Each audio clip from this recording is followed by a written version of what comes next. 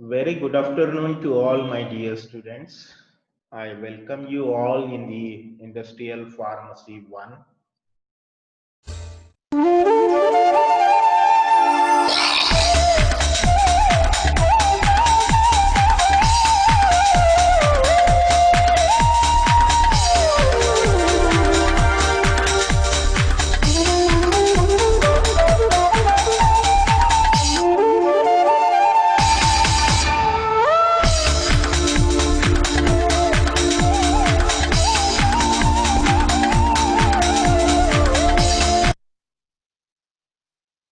So dear student, we are on to the pre-formulation, and while studying the pre-formulation, we had covered the definition of pre-formulation, then the different properties like say the physical properties, chemical properties.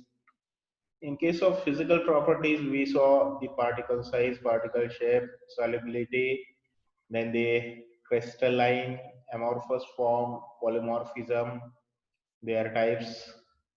Then we had started the chemical properties in which we had studied the hydrolysis, oxidation, reduction, racemization, right? We had also studied the partition coefficient property. So all these are the properties that are needed to be studied while performing the pre-formulation study onto any kind of new API or if it is an excipient.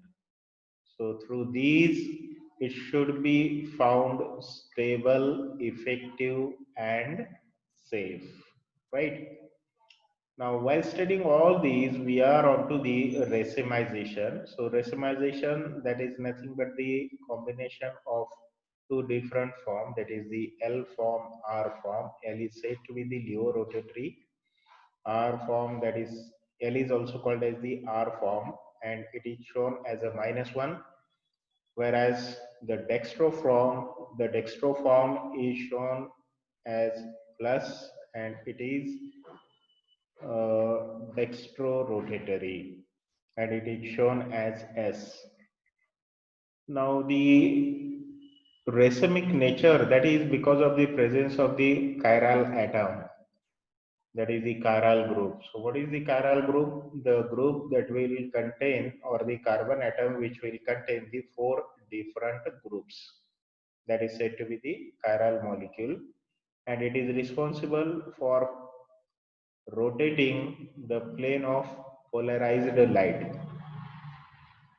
If the compound will rotate the plane of polarized light toward the right side, it is said to be the dextro. If it will rotate toward the left side, it is said to be the leo.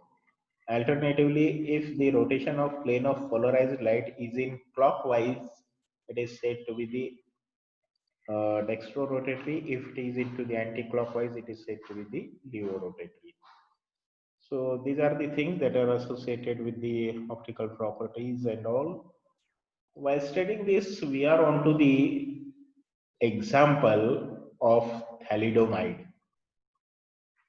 Now, most of you might be knowing that whenever this thalidomide name will come, automatically the next to thalidomide, what it will come is the disaster. Thalidomide disaster. So always the thalidomide that is known as a thalidomide disaster since its history, say in 1958 to 62. Particularly, this drug was actually used as a tranquilizer, but few of the physicians, which are said to be the tricky physicians, what they did, they had used this particular drug in order to treat the motion sickness in case of pregnant women. And this drug had produced its effect onto the fetus in the form of the phocomelia. So that is the shortening or complete absence of the limbs. Just after the launch of the drug in 1958, within 2 years of span, there was number of cases with the congenital birth defects into the fetus. That is because of the effect of thalidomide, it will crosses the placental barrier and it will appear into the fetus, and there it is responsible for abnormal growth and development of the limbs. So once it has been observed that the deformities that are because of taking the thalidomide during the pregnancy, and after that the particular drug was banned, and the drug was hash selling drug at that time in 1958 or 1960. In 62 it was observed that the drug that is going to be crossing the placental barrier, it is appearing into the fetus and it is affecting the developmental process of the limbs. So that's why the drug was totally banned by the World Health Organization. Now the reason for this was found, that is that is due to the high lipoidal nature of this particular drug. And the drug thalidomide, the levo form, which is said to be the R-thalidomide, that was used as a tranquilizer, and the S form of the thalidomide, which is the dextro form, which will be shown as a positive, levo form that will be shown as a negative. So this S form of thalidomide was observed to produce the teratogenic effect, which is associated with the developmental abnormalities, whereas the tranquilizing effect, that is because of the R form. So although the R form was given some time, the R form may get converted into the S form, and the S form it will shows its teratogenic effect. Or if the drug has been given into the racemic mixture, no doubt the R form that will produce its tranquilizing, but the S form that is responsible for producing its teratogenic and the abnormalities. So this R form can be used in order to treat some symptoms of the Hansen's disease, like say leprosy. The R form was also used in order to treat some types of cancers, and the trial that is going on, and in the treatment of the erythema nodosum leprosum. So that is the kind of skin disorder. It is a painful inflammatory dermatologic reaction of the leprosy. And again, the US FDA, they had granted the approval for the thalidomide in May 2006.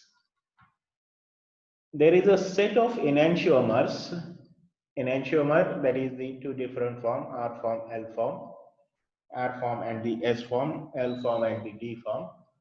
Out of these set, one may be having the active action and the other may be inactive.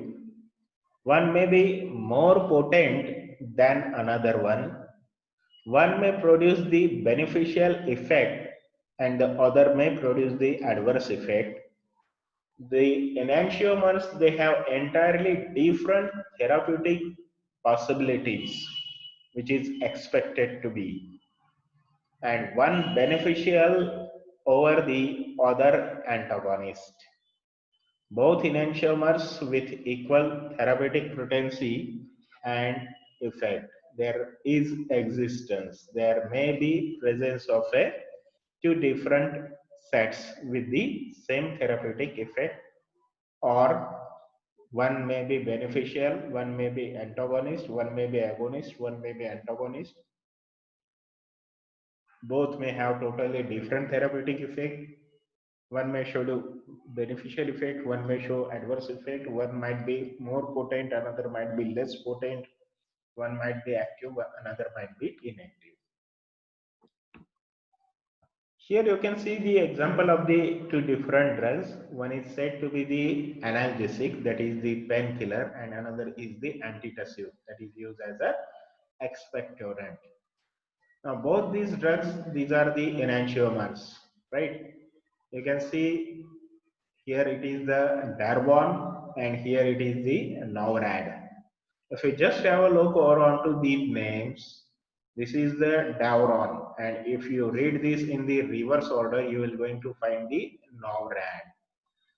So both are the enantiomers, and both they will be having the different pharmacological effect. Now the advantages of single isomer product is that they will show the improved therapeutic index instead of using the mixture. They will reduce the drug interactions. They will produce less complex and more selective pharmacological actions and maintain these profiles. One may have less complex pharmacokinetic profile, that is the ADME characteristics. So what the FDA says, the use of single enantiomers may be advantageous by permitting better patient control, simplifying dose response relationship. So instead of giving the combination one should go for giving the selective desired form, either L form or the S form. Now, these are some of the drugs which are said to be the single isomeric drugs, and there is a racemic mixtures of these drugs. You can see the example, that is the leocetrizine, that is the single form, single enantiomer. In comparison to that, you will going to find the cetrizine, which is the racemic mixture. Leocetrizine, that is the Leo form. Leofloxacin, it is the Leo form. The racemic mixture is the ofloxacin. Esomeprazole, that is the single form. Omeprazole, that is the racemic mixture. Escitalopram, that is the citalopram, that is racemic mixture. Levobuterol, that is the single enantiomer. Salbutamol, that is the racemic one. Bupivacaine, it is the single enantiomer. Racemic form is the bupivacaine. L-dopa, that is the single enantiomer, and the dopamine, that is the racemic mixture. So if you just have a look over onto the single form, you are going to find most of the time there is a presence of the L or the Leo form.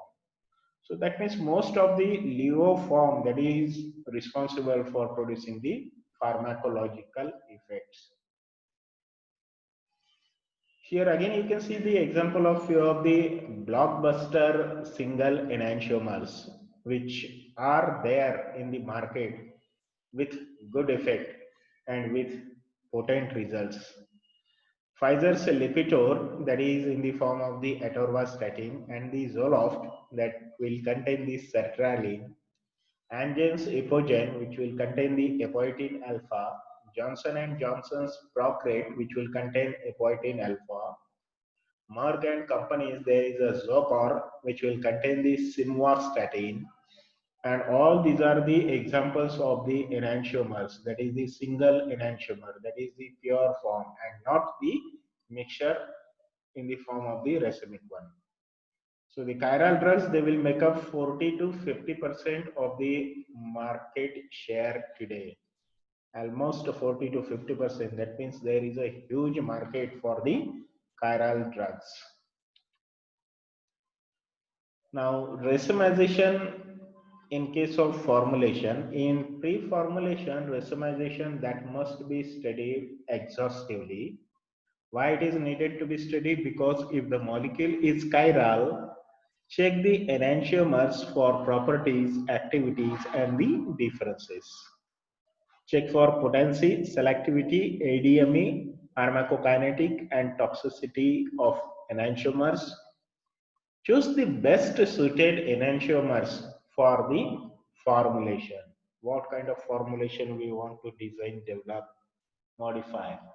Based on that, one should go for the proper selection of these agents. So this is what is all about the enantiomers and the racemic mixture. Now come to the next topic, that is related with the, again, some of the chemical properties, and these are in the form of the dissolution, permeability, and the BCS classification.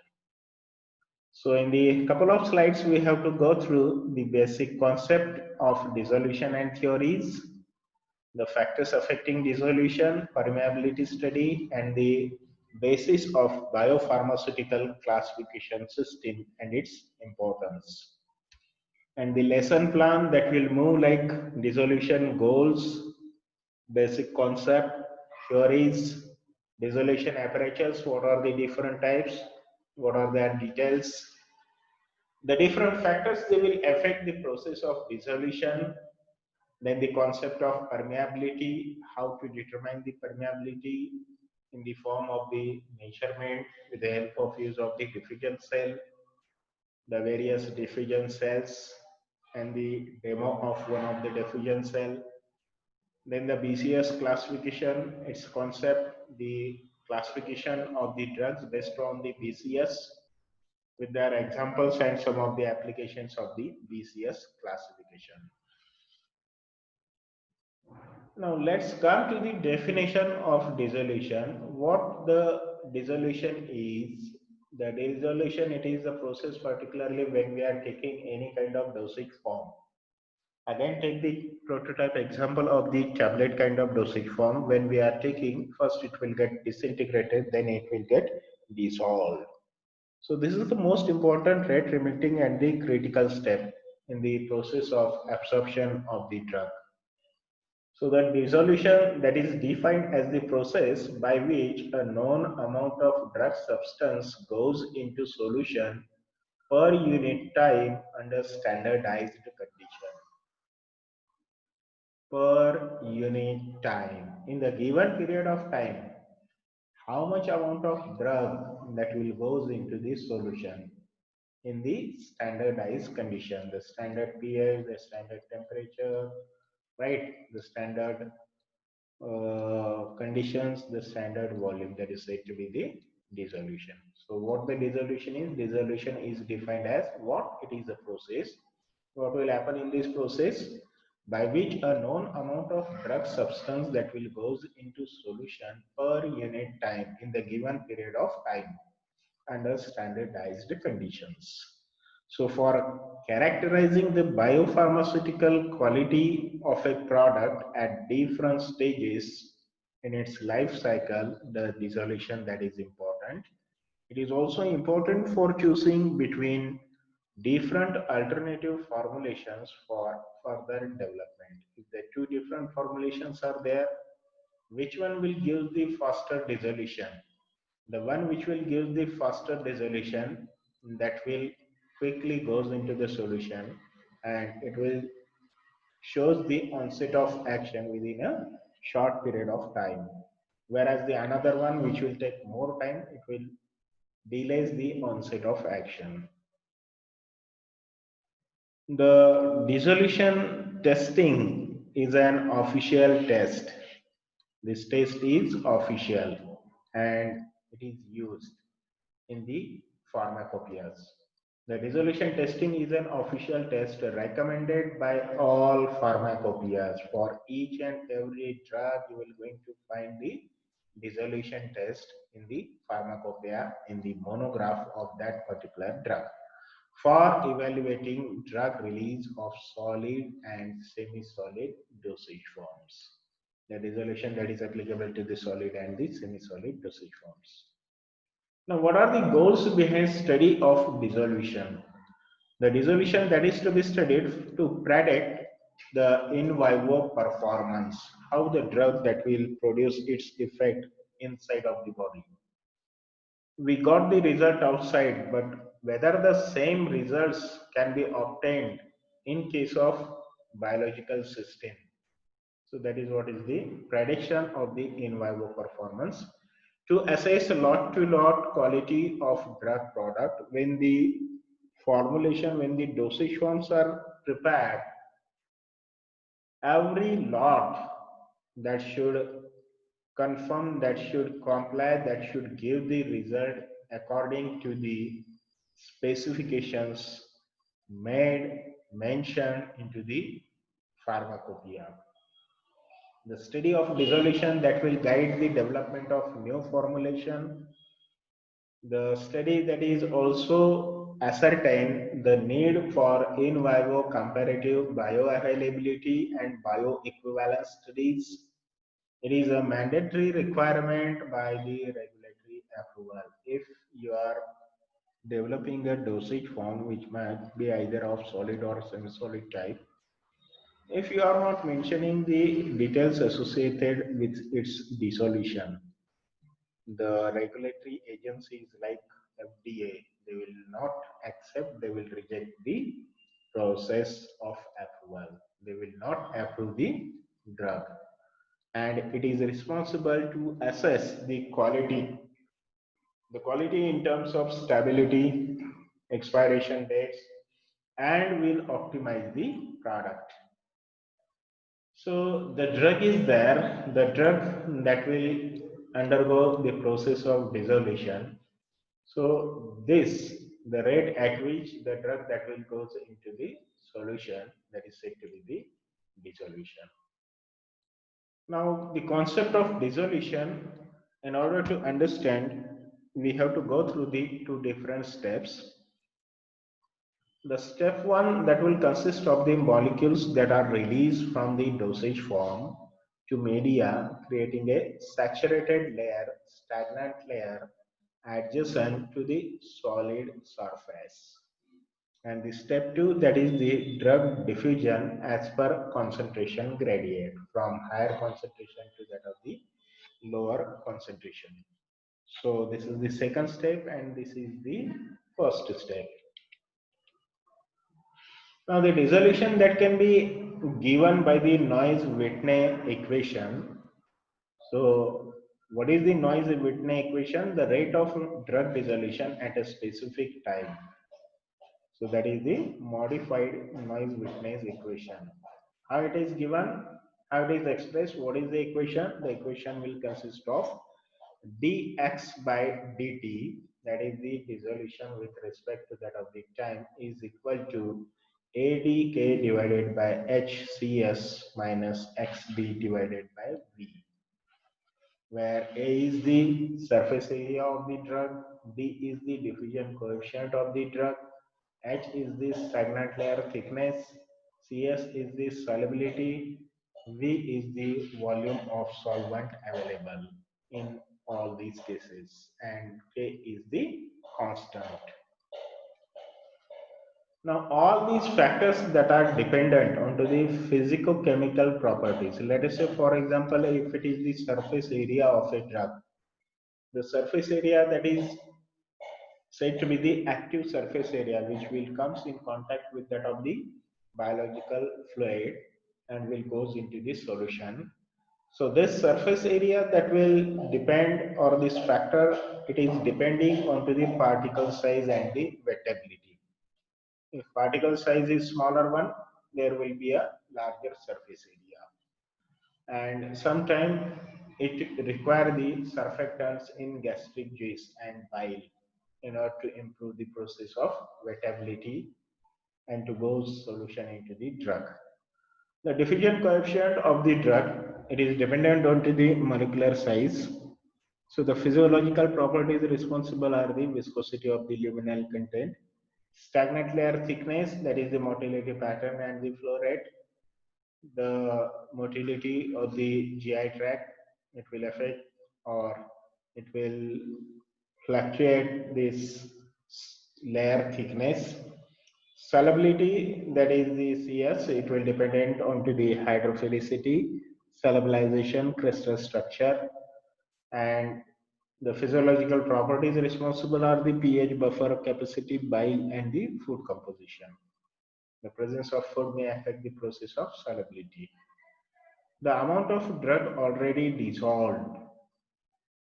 So the drug that is dissolved one, the drug that is into the solution form, once the drug that will goes into the solution, simply the solubility or dissolution property, these are not responsible in order to show the effect by the drug. So they will require the permeability property, and permeability, that is the physiological property. The volume of solvent that is available. Yes, again we can make some direct correlation. There is a direct relationship. If more will be the solvent, the rate of dissolution that is higher one. So the secretion and the co-administered fluids, they will affect the process of absorption, the process of dissolution and the absorption. That's why it is always advised that when we are taking the tablet, we should take a glass full of water so that the solvent that will be increased, the volume that will be increased, whereas the process of dissolution that can be improved. Now the dissolution that can be understood by different theories. There are various theories which are given by the different researchers. Now the first one that is said to be the diffusion layer model, which is said to be the film theory. The second one is the penetration or the surface renewal theory, which is called as the Danckwerts model. And the third one is the interfacial barrier model, that is the double barrier mechanism or the limited solvation theory.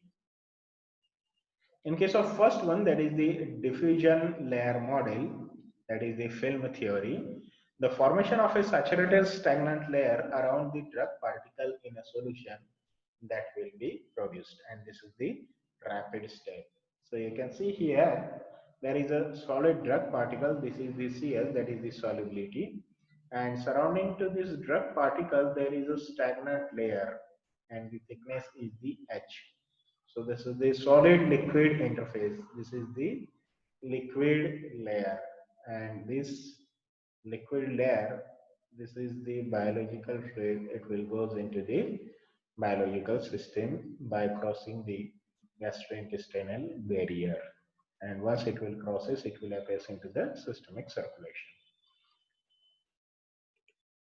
The surface renewal theory, it will consist of the continuously exposed to the fresh dissolution medium. Now, in order to understand the surface renewal theory, you can see here there is a solid drug particle with this CS. There is a packets. Now these packets are said to be of the solvent packet approaching to the interface. And what these packets will do, they will continuously replace the drug amount. Now these gray colored one, these are said to be the